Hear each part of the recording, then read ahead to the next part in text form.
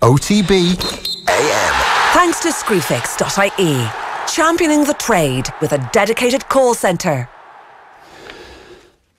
Going to start with the Irish Independent. Mourinho demands best of Cup hero Pogba. This is, Jose Mourinho saying that he wants to see the World Cup Pogba as opposed to the Manchester United Pogba. He bears no responsibility for that, obviously. It's not like he picks the team, sets the team up. It's not like it's his job to help motivate the team, get them in condition, make the team work, pick the best team, make the players play for him, pick the team. He doesn't do any of that. No. It's all on Pogba. Pogba goes to the World Cup, plays really well in the World Cup. And, maybe he just respects the manager better. He was talking about being in an insular environment in the World Cup where you're kind of contained in the World Cup atmosphere, and at Manchester United you're not. And I don't know, like the idea that outside influences could be of such an impact to one of your players would suggest that there's something lurking in the mirror there that might be a problem with your team that allows outside influences to be so detrimental. This is the 2-week period where you should sell Paul Pogba if you're Manchester United. You will get more money than you paid for him. You don't believe that he's actually part of your future if you're Jose Mourinho. This is the bit where you walk in and you go, let's get our money back and move on and sign a bunch of other players to be his replacement. Yes, it is. Well, you've got to do it now. I don't think it's going to happen at this point. It should have happened potentially prior to the World Cup. Also, we've seen that the World Cup doesn't necessarily matter when it comes to these transfers. That PSG are looking at that going, I want a bit of Paul Pogba. Well, yeah, there is that. Like pre-World Cup, his stock was quite low, and now, in a strange way, Paul Pogba is now in a far better place. Yeah. Despite the fact that he is one of the most expensive players in history. So, yeah, there is that point, but you would have liked to have thought that there would have been some sort of concrete rumour at this point, whereas it is still just rumours. We'll get to a few transfer rumours a little bit later on, but Juventus, the homecoming could be on. Again, what's the concrete information behind that? I'm not so sure. I also don't think Jose Mourinho will give him up. I still think that there is an element of kind of media baiting about all of this, where Jose Mourinho is just trying to poke the bear. Not that he needs to or anything. He needs to just manage him a little bit better, play him in a better position, and potentially being less critical. Like, when has this worked for Jose Mourinho, when he's been really tough on a player? At Manchester United, that is. Like, when has it worked? Luke Shaw, I mean, I don't think it hasn't really been successful. Has it been successful to the point where they might be able to sell Luke Shaw? Is that like does that qualify success? Well, Jose Mourinho poked the bear when it came to Luke Shaw so much to the point where he convinced himself that Luke Shaw was shit. He was right though, isn't he? No, he's not. I don't think so. Is he not? Like maybe the injury. Luke Shaw doesn't seem like he's very committed to the notion of being. Why would you be committed to a man who has absolutely stabbed your back left, right, and centre? Maybe be committed to the career. Maybe. You know. But it's kind of demoralising to be committed to a carear when the man who controls your career is lambasting you in public. You can easily force a move out. Did you throw in that horrendous injury in there as well? How do you force a move out when you're that injured, that crocked, without giving up a huge portion of your wages? I want to go back to one story on the back of the Irish Independent. Bressie, part of Tipp's ill-fated season. So it's a remarkable story coming from Michael Verney on the back of the Independent today. Niall Bressie Breslin was helping with Tipperary's preparations under Premier Manager Michael Ryan. An outspoken mental health advocate, Breslin played a leading role in a handful of psychology sessions with the Tipp senior squad alongside Jerry Hussey and Tony O'Gregan, who've worked behind the scenes in that area in recent seasons. So Jerry Hussey and Tony O'Gregan have both worked, Tony O'Gregan obviously very high profile hurler himself. Jerry Hussey is somebody who's been a successful sports performance person with the Irish boxing team going back a long period of time. Bressie, as a sports psychologist, when did that happen? You're asking somebody who has no idea, and I don't think there's too many people around the country who have any idea of the correct answer to that question. Say Bressie was a top-class sports psychologist, was qualified, and to be honest with you, do qualifications matter? Potentially not.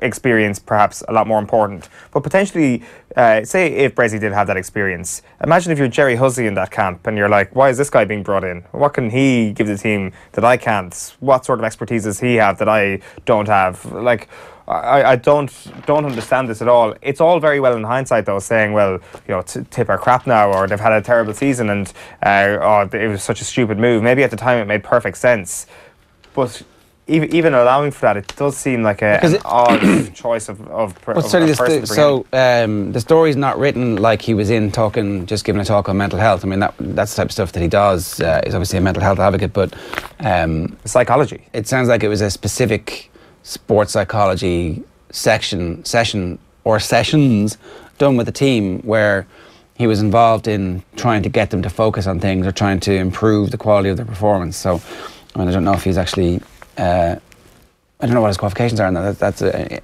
interesting left field choice by the Tipperary management team. And that's Chris Froome, a brilliant picture of Chris Froome. He's been tear gassed, pepper spray. Yeah, TW1000 is the name of the pepper spray used on the cyclists not on the cyclists, sorry, on the farmers yesterday. And there was clearly a cloud of pepper that the cyclists decided to cycle through yesterday. The farmers were protesting about farm subsidies being cut. I mean, that's what farmers protest about generally. And the cyclists had to cycle through. The farmers threw bales, and then the cops came along and, in typical French brutality style, just napalmed the entire area, which then the cyclists cycled through and were like, I mean, you might have been a bit heavy-handed there, cops. Like, what do we do? We're just going about our business here. Maybe they decided that we're going to pepper spray everybody, and specifically Team Sky. But I'm surprised Dave Brailsford didn't complain about this afterwards. I'm amazed that Dave Brailsford didn't claim that this was like a target specifically for his boys. But the thing with Dave Brailsford is, I know he was obviously in a car somewhere, but if he got pepper sprayed, he'd be completely fine because of those relentless glasses, which I imagine are like double-plated or something. Marginal gains probably works on his eyesight as well. There's probably a TUE you can get now to counteract the impact of I'm sure there probably is. It is, like, I'm sure it was a very, very unpleasant moment for Chris Froome, but you can't help but saying that photograph is quite amusing. So the Irish Times, the main section of their sports section today is Darragh O'Shea's column about the Super 8s, and it's kind of a where do the losers go now. So it's essentially a piece about Roscommon and Kildare, and that's everybody gets to buy a week or two ahead of the final round of Super 8s, and a bit of reflection too on the Kerry situation. But interesting piece from Malky Clerkin. Sky Sports, BT Sport, Virgin Media, 11 Sports, $2,000 a year is what sports fans are going to have to pay in Ireland, given the fragmentation of the sports rights market. Effectively, you're full price to get everything, and even then you might not be able to get the USPGA because that's going to be on the 11 network or whatever it is, wherever you get that on your computer. $2,000 a year, almost. Yeah, that is an absolutely gigantic figure. I would never have thought it would be that high. Like, what's bumping that up? This is just for the sport content. This isn't for your basic packages that will be required. Your basic packages would like, you can't get a lot of this stuff without having some basic package along the way. Well, that's the real problem here. The problem that you can't get certain channels on with certain providers. That's been the grim step in all of this, where previously you're like, oh, well, I'm with my one provider, but I can get everything if I pay enough, and it's still expensive. But now you're actually being completely priced out of it, like to the tune of €2,000 a year, because you've got to buy multiple different providers to actually get all this stuff legally. Yeah. And what's this going to push consumers to do? Stream illegally, more so. So it's a young person of my acquaintance, upon being asked around the time of the McGregor-Mayweather fight last year whether he and his friends were pooling their cash to stump up for it, looked back at me with bafflement, something almost approaching pity. Why would we pay for it, he said. We'll just find a link. We all know some young people. You're a young person. Asking for a mate is what Malachy's article signed off with. Yeah. What else we got? Racing Post? Oh, yeah. Sorry, I'm not done. There's literally two papers sitting in front of I'm just looking at you there, yeah. So, leading lights, just days after a thrilling Open Championship, golf's biggest names are back out on the course. So, this is the European Open. Patrick Reed leads the field there. Villa 7-2 to go up with Thierry Henry at the helm. A sea of money comes for Thierry Henry. I mean, Thierry Henry's not going to get Aston Villa from the Championship in his first season, is he? It's the Championship. It's like, it's going to be grim, hard work, relentless, week in, week out. Why would you go to the Championship? Like, I know it's not necessarily a choice. No Premier League team might give him a job. And yet, I can't help being unbelievably excited about the whole thing. It's like, Terry Henry's coming down to Villa. This is brilliant. Well, until the novelty becomes ridiculous. Shut up. And None of your business. the novelty is Who actually cares? detrimental I'm not to listening to a word you say. Who's going to be your manager in League One next year? I don't know. Who cares? Maybe Thierry Henry. The Tory ban cut, but he misses King George and big rides at Goodwood. So Frankie the Tory had his ban cut from 10 days to 6 for careless riding at Newmarket. Who? A new dawn. Kieran Shannon, imagine if the worst remnants of Rule 42 were blown away in Cork. So different approaches to Rule 42, to the whole notion of the Liam Miller testimonial match not being played in Páirc Uí Chaoimh straight up. In the Times, Sean Moran is going at it from the usual forensic style. How did this actually happen? What's the genesis of the rules? Martin Brent has a fairly similar piece in The Independent. Kieran Shannon is kind of hopeful that actually this will be the opportunity seized upon by the GAA to go, well, let's look at this. Let's actually be the forward-thinking leaders in our community and decide that if we have a venue that other people want to use, we'll facilitate them using that and grow the love and respect that people have for us by helping them to help themselves, which would be a really brilliant thing for the organisation to do right around the country. He's making the point, Sean Moran I think was making the point that there is displeasure around the country that you can't use your facilities in GAA clubs for other, you can't rent them out and you can't generate cash off them, but Croke Park centrally can rent out Croke Park for American football or Ed Sheeran or whatever and make money off that, but local GAA club in small town can't really make the full benefit of the fact that they've invested all this time and money and community effort in their facilities to get the facilities going. So Times Ireland edition, final one for me for now. Oh, actually, sorry, Irish option wasn't Deal Addison. So Will Addison, Ulster's summer signing, has revealed he had a clause in his contract with Sale Sharks that allowed him to leave the Premiership club if an Irish team approached him, and apparently he'd been flirting with Ulster for a good while. And Diarmuid O'Sullivan says that Waterford will attack more under the new Cork manager, Pat Ryan. So the final one that we have is the Irish News, which Down Duo keen to make up managerial ticket. Stephen Poacher has thrown his hat into the ring for the Down job. And McNamee boots for Tyrone, but Donegal's Gallagher to miss out. On Ban Gallagher, I would say Ban, but I don't have the Donegal Irish, is going to be out for the Donegal team. Yeah, good knowledge of a different dialect of Irish there. The back page of the Irish Daily Star this morning is "We're not good enough." Jose's grim warning over United title bid, and Pep says he's bored of winning. He has suggested that one day he might get bored of winning all around him and he might leave Manchester City. The fact of the matter is he is going to leave Manchester City one day, so I'm not sure how big a story that is. Jose in a sulk, says the back of the Irish Daily Mail, United manager demands cash for title charge, and pepper spray panic on tour of tears for Froome and co. And GAA are considering Miller match proposal. That's as a result of their joint statement yesterday evening. The back page of the Mirror this morning goes with Jose and Pep as well. Look away now. Jose worries he doesn't have enough firepower to bring back the title, while Pep admits that he may become tired of being boss of Champion City. The back page of the Herald then this morning is no small let-up. Dubs won't be easing off for clash with Max Day's Rossies. That's what John Small says.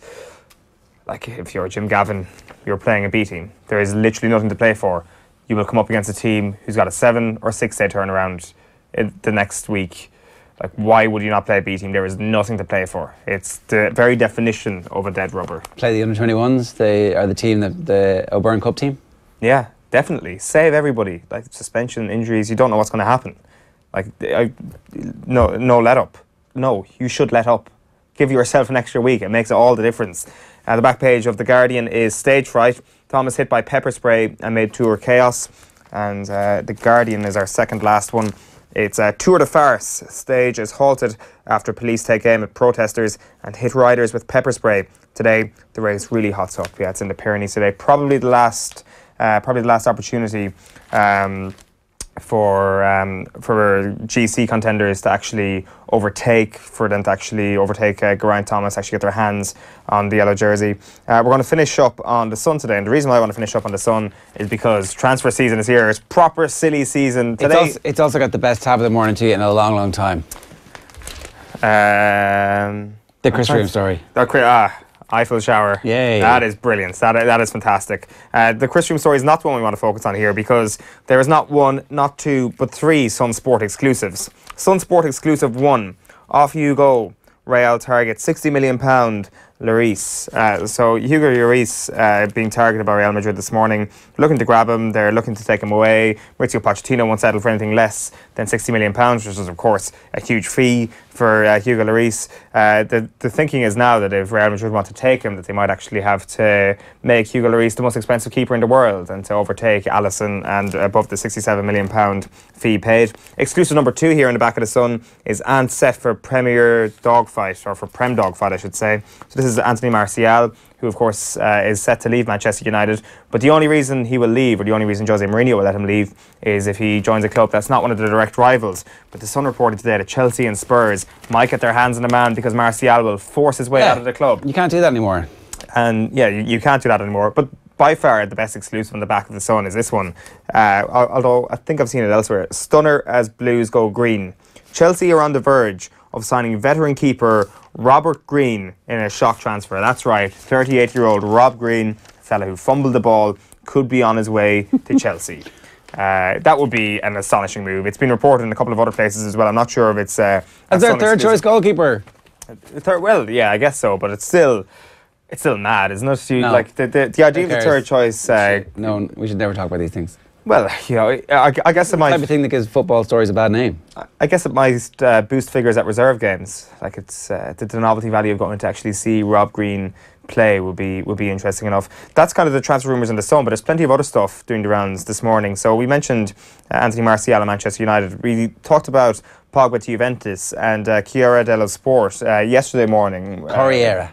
Whatever, I couldn't care less. The Italian Sport newspaper did say, have opened this idea that Pogba may join because ultimately they want the best chance to become an all-time great club, because you've got Cristiano Ronaldo. Who do you add to that mix that could make that team better, that could complement them? Well, Paul Pogba would be a great addition. The club may now let Pjanic go.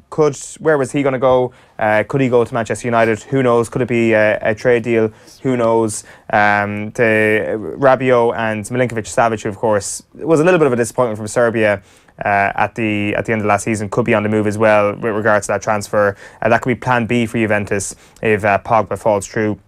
The other one that Manchester United are talking about today is Willian to Manchester United. There is talk, of course, that Chelsea are willing to let him go. They're in for him in La Liga as well. But if that falls through, then Willian to Manchester United. It could be a decent replacement for Paul Pogba, considering Jose Mourinho doesn't really know where to play him. I guess you could call him that. And then another one is Ante Rebic to Manchester United. So all these stories are true, Ger. Let's not forget that. It is silly season and all these stories are true. The other big transfer story this morning, and it's becoming like a bit of an arms race in La Liga, is Cavani to Real Madrid. So ultimately, La Liga has turned into the situation now where you've lost Cristiano Ronaldo. You're not actually gaining a whole pile this summer.